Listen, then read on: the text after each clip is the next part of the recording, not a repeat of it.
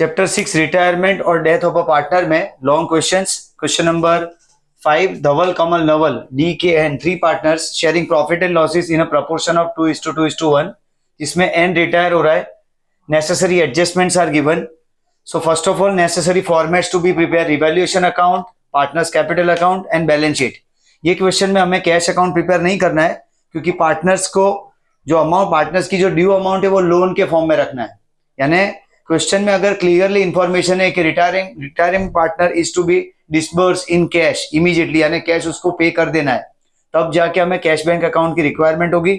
Otherwise retirement में जहां पे पार्टनर का लोन रखना है वहां कैश बैंक अकाउंट की रिक्वायरमेंट नहीं है। तो ये पर्टिकुलर क्वेश्चन में कोई इंफॉर्मेशन नहीं है। Question is silent about due amount to be paid to partner, K partner को अमाउंट पे करना है कि नहीं, इसके बारे में कोई इंफॉर्मेशन नहीं है।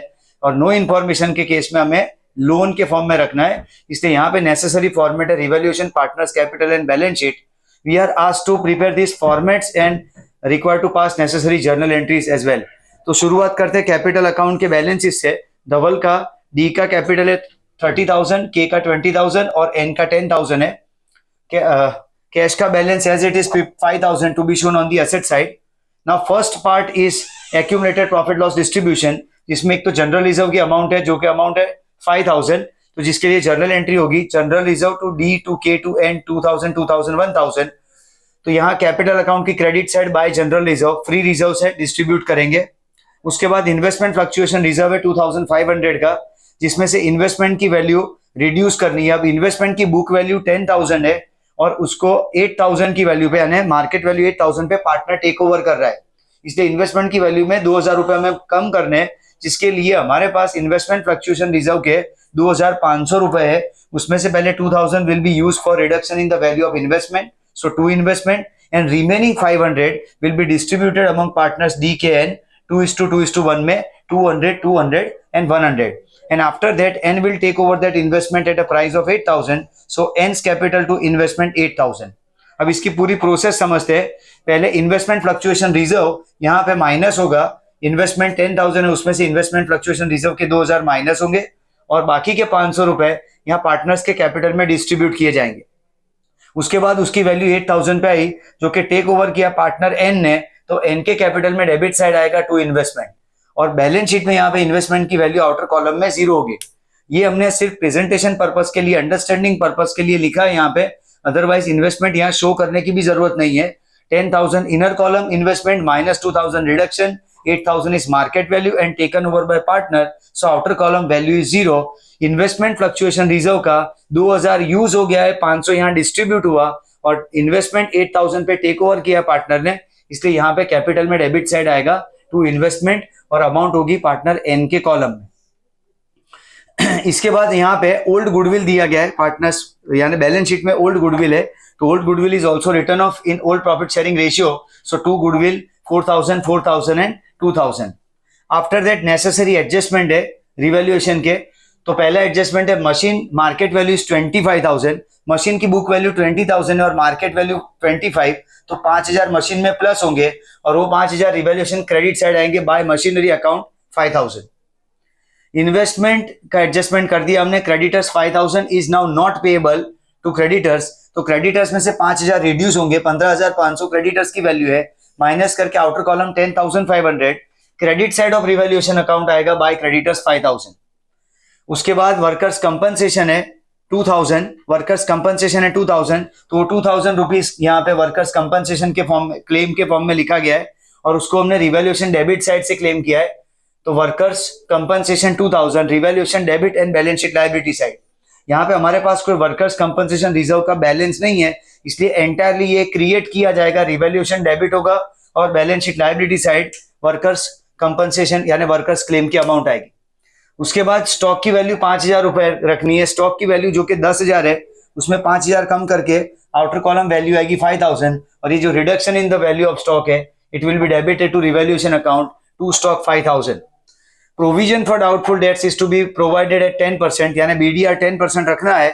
तो क्वेश्चन में बैड डेट्स रिजर्व का ऑलरेडी बैलेंस हमें 2,000 दिया गया है, 30,000 डेटर्स की वैल्यू है, 30,000 का 10% 3,000 रखना है, 2,000 ऑलरेडी वैल्यू है, तो 1000 इंक्रीज करेंगे तो जितना इंक्रीज होगा वो प्रोविजन फॉर डाउटफुल डेट्स या बीडीआर के नाम से रिवैल्यूएशन अकाउंट में डेबिट साइड आएगा, और बैलेंस शीट एसेट साइड पे 3000 माइनस करेंगे डेटर्स में से तो आउटर कॉलम अमाउंट आएगी 27000।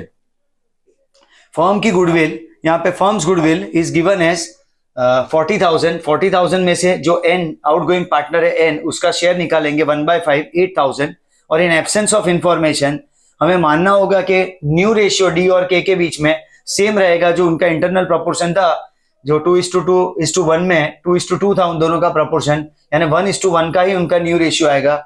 ओल्ड इक्वल था, न्यू इक्वल रहेगा, इसलिए गेनिंग रेशियो भी इक्वल होगा, और गुडविल की एंट्री हमेशा गेनिंग रेशियो में करनी है रिटायरमेंट में, तो एंट्री होगी DK2N, और N को जो 8000 देने हैं और D और K से कंट्रीब्यूट कराएंगे 4,000 उनमें डेबिट होगा, तो 2N कैपिटल D और K में 4,000 और by D and by K's capital 4,000 will be returned to N's capital account separately 4,000 by total of 8,000। तो इस तरह से ये गुडविल की एंट्री पास करनी है। उसके बाद रिवैल्यूएशन प्रॉफिट लॉस निकालना है, तो उसके लिए रिवैल्यूएशन की एंट्री पहले जनरल रिजर्व IFR की एंट्री, इन्वेस्टमेंट की एंट्री हो चुकी है, गुडविल राइट ऑफ किया हमने 4,000 2,000। आफ्टर दैट रिवैल्यूएशन एंट्रीज, तो रिवैल्यूएशन के लिए पहले डेबिट की एक कंबाइन एंट्री पास करेंगे, revaluation account debited, to stock, to workers claim, to provision for doubtful debts, ये तीनों आइटम 8,000 से डेबिट होगा रिवैल्यूएशन, और ये 10,000 क्रेडिट होगा रिवैल्यूएशन में, machine account debit, creditors account debit 5,000 to revaluation. इसके बाद रिवैल्यूएशन अकाउंट में जो डिफरेंस आएगा क्योंकि रिवैल्यूएशन प्रॉफिट और अमाउंट है 2,000 और उसको डिस्ट्रीब्यूट करेंगे पार्टनर्स में, प्रॉफिट शेयरिंग रेशियो है 2:2:1, इसलिए 2 capital revaluation profit 800 800 and 400 it will be credited to revaluation account capital account by revaluation profit 800 800 and 400। इसके बाद क्लोजिंग प्रोसीजर होगी इसकी, तो एन के कैपिटल को पहले क्लोज करेंगे, यहाँ पे टोटल 19,500 है, इसमें से उसका डेबिट का 10,000 माइनस करने पे 9,500 बचेगा जो पार्टनर का लोन है, और लोन सीधा लायबिलिटी साइड प्रेजेंट होगा, बैलेंस शीट में लायबिलिटी साइड एंड्स लोन 9,500। बाकी के दो पार्टनर का कैपिटल का टोटल है 33,000 और 23,000। 33,000 में से उसके 8,000 माइनस करने पे closing balance of partner D is 25,000 and for partner K is 15,000 because 23,000 minus 8,000 तो 15,000 उसका बैलेंस बचेगा। Combined capital of both the partner D and K is 40,000 and balance sheet total is arrived at 62,000। Next question में 3 partner है, Rohit, Mohit and Virat are एमवी sharing profit and losses in the proportion of 4:3:2। यहाँ पे भी हमें necessary format तैयार करने हैं, revaluation, cash bank account, capital account and balance sheet. यहाँ कैश बैंक की रिक्वायरमेंट इसलिए है क्योंकि सर्टेन अमाउंट हमें पे करना है। क्वेश्चन में दिया गया कि 20,000 is to be paid to R immediately and remaining amount is to be considered as a loan. तो सबसे पहले नेसेसरी फॉर्मेट में बैलेंस ऑफ कैपिटल, यहाँ by balance brought down 160, 96 and 80,000, cash का बैलेंस लिखेंगे जो कि 63,000। उसके बाद एक्यूमुलेटेड प्रॉफिट लॉस डिस्ट्रीब्यूशन जो कि ओल्ड रेशियो में होगा 4:3:2। तो रिजर्व फंड पहले डिस्ट्रीब्यूट होगा, reserve fund 20,000, 15,000 and 10,000 distributed in old PSR। उसके बाद वर्कर्स कंपनसेशन रिजर्व ये भी डिस्ट्रीब्यूट होगा पार्टनर्स में, यहाँ पे 6,000, 4,500 एंड 3,000। असेट साइड पे 2 बैलेंसेस है, एक गुडविल, ओल्ड गुडविल है जो भी 432 में 16,000, 12,000 and 8,000 to goodwill, and 2 advertisement campaign यहाँ पे 2,000, 1,500 एंड 1,000, अगेन रेशियो है 4:3:2।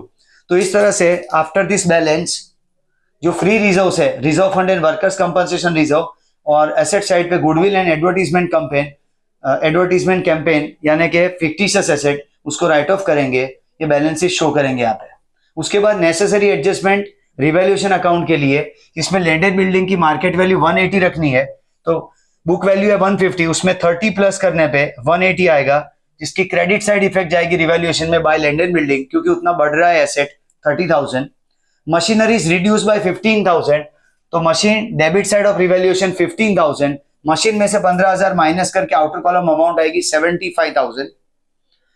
Provision for doubtful debts is to be kept at 10%, तो 60,000 का 10% होता है 6,000, आउटर कॉलम 54,000। ऑलरेडी प्रोविजन अपने पास 4,000 का है, 6,000 रखना है, इसलिए 2,000 फर्दर क्रिएट होगा, तो रिवैल्यूएशन की डेबिट साइड आएगा to provision for doubtful debts और टू BDR 2,000। क्रेडिटर्स में से 5000 अब पे नहीं करने, इसलिए बाय क्रेडिटर्स 5000 और क्रेडिटर्स में से रिड्यूस करेंगे 64 माइनस 5, यानी आउटर कॉलम अमाउंट आएगा 59,000। Firms goodwill is valued at 1,80,000। तो यहाँ पे सबसे पहले एंट्री करने से पहले इंटरनल प्रपोर्शन चेक करना है। एम और वी जो कंटिन्यूइंग पार्टनर्स है उनका ओल्ड पीएसआर 3:2 था, न्यू में 2:1 है, इसलिए इंटरनल प्रपोर्शन सेम नहीं है। तो पहला काम गेन का कैलकुलेशन होगा।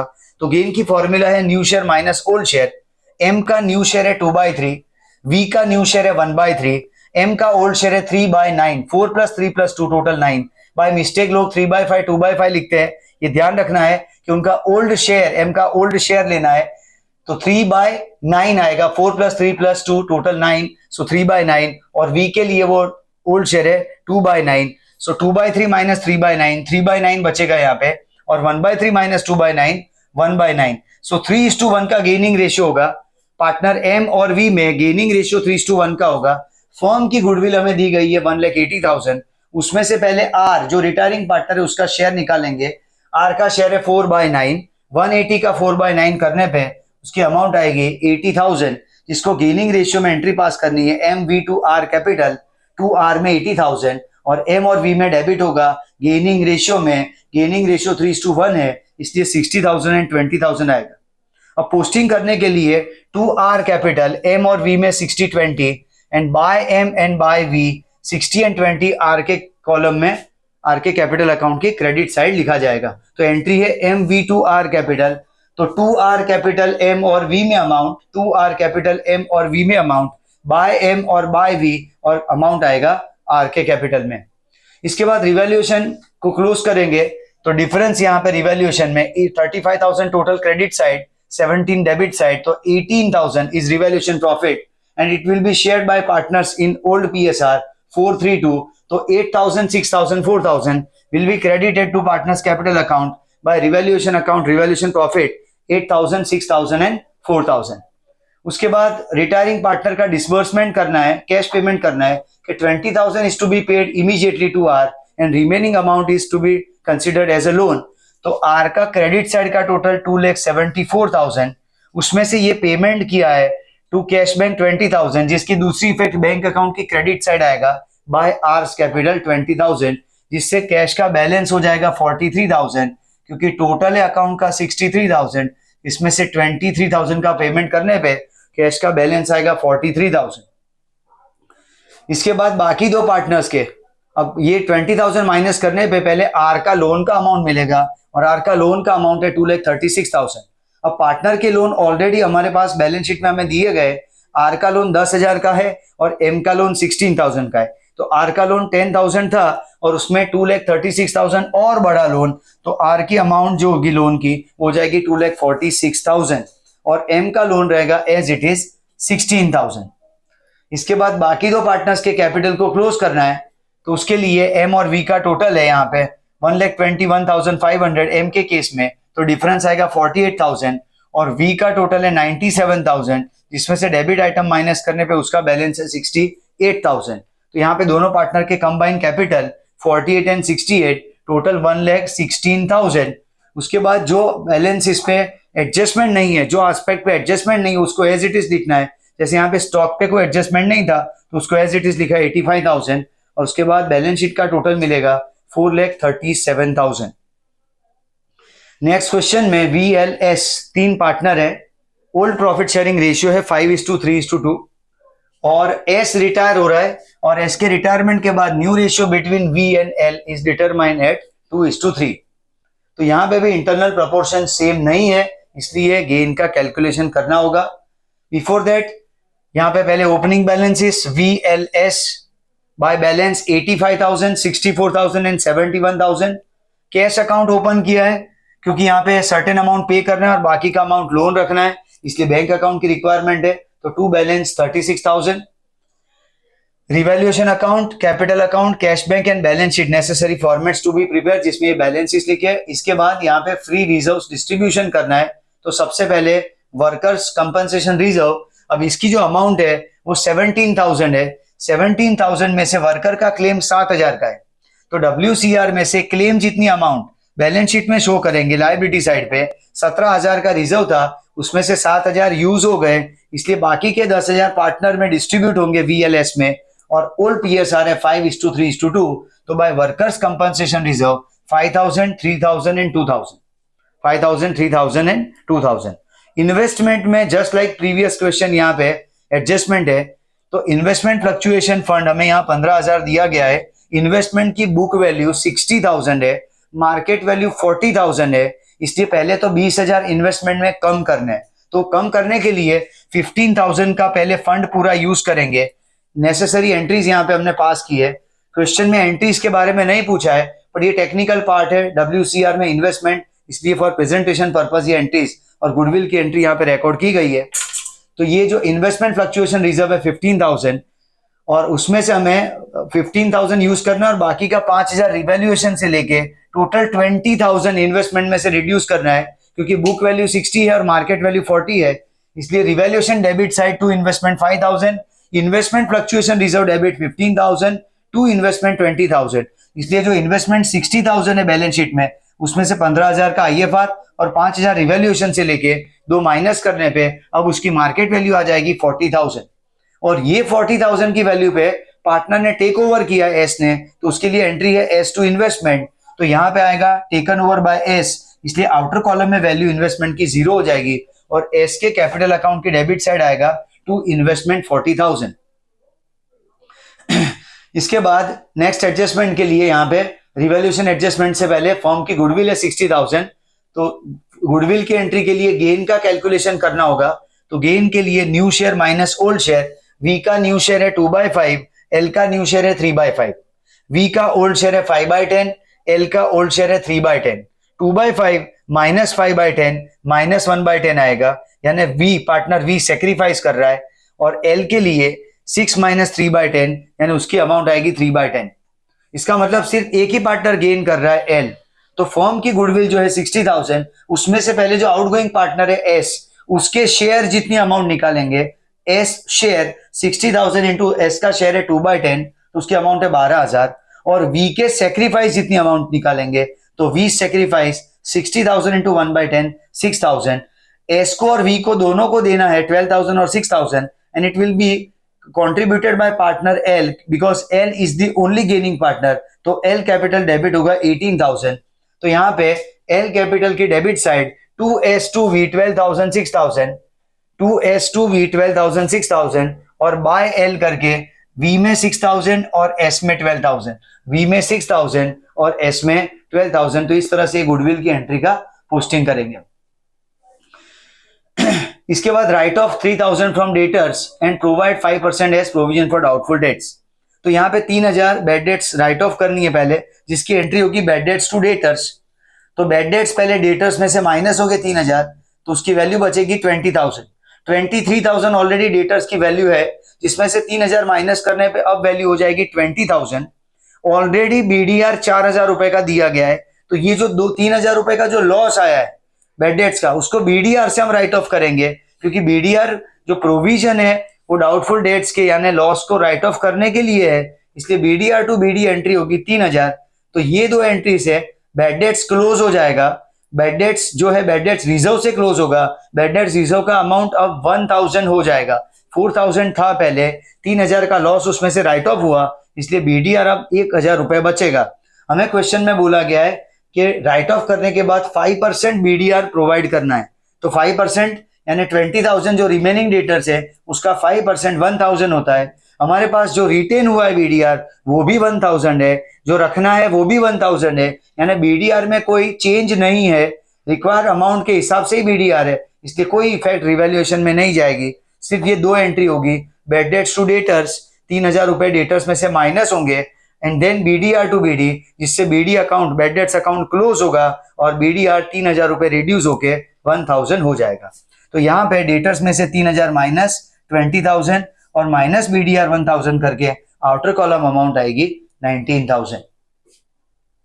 उसके बाद stock is to be reduce by 1,000, तो revaluation debit side to stock 1,000 और balance sheet asset side stock में से माइनस करेंगे 1,000, so 35 minus 1 outer column 34,000। 12,000 is to be paid to S immediately and remaining amount is to be kept as a loan। इतना adjustment है यहाँ पे, तो उसके लिए पहले रिवैल्यूएशन अकाउंट को क्लोज करेंगे। क्लोज करने पे रिवैल्यूएशन लॉस आ रहा है 6000 and it will be transfer to capital account debit side to revaluation account revaluation loss in old profit sharing ratio 5:3:2। 6000 को डिवाइड करना है तो अमाउंट आएगी 3000, 1800 एंड 1200। उसके बाद 12,000 is to be paid immediately to partner S. तो S का total करेंगे जो कि 85,000 है, और 85,000 में से यहाँ पे ये 40,000 इन्वेस्टमेंट के और रिवैल्यूएशन लॉस का, और ये यहाँ पे 12,000 का पहले पेमेंट करेंगे। जो 12,000 पे किया है हमने, वो 12,000 यहाँ पे कैश बैंक अकाउंट की क्रेडिट साइड आएगा बाय एस कैपिटल, इसलिए कैश बैंक का बैलेंस बचेगा 24। 36 टोटल था, उसमें से 12,000 का पेमेंट किया तो 24,000 बैंक का बैलेंस बचेगा, तो डायरेक्ट असेट साइड प्लेस करेंगे। फिर रिमेनिंग अमाउंट जो आएगा 85,000 में से ये तीन अमाउंट माइनस करने पे 31,800 and it will be treated as partners loan. तो ये आएगा लायबिलिटी साइड पे एस लोन 31,800। आफ्टर दिस यहाँ पे दोनों पार्टनर्स के कैपिटल अकाउंट को क्लोज करेंगे जो कंटिन्यूइंग पार्टनर्स है। तो उन दोनों में पहले 96,000 टोटल आएगा वी के केस में, और जिसमें से डेबिट उसके अमाउंट माइनस करने पे बैलेंस आएगा 93,000। एल का टोटल आ रहा है 67,000 और डेबिट के अमाउंट माइनस करने पे उसका बैलेंस है 47,200। ये दोनों पार्टनर के कैपिटल को यहाँ balance sheet liability side place करेंगे तो कंबाइंड कैपिटल दोनों पार्टनर का हो जाएगा 1,40,200। वी का 93,000 और एल का है 47,200। रेस्ट ऑफ दी आइटम्स है जिसमें कोई एडजस्टमेंट नहीं है, like land and building, machine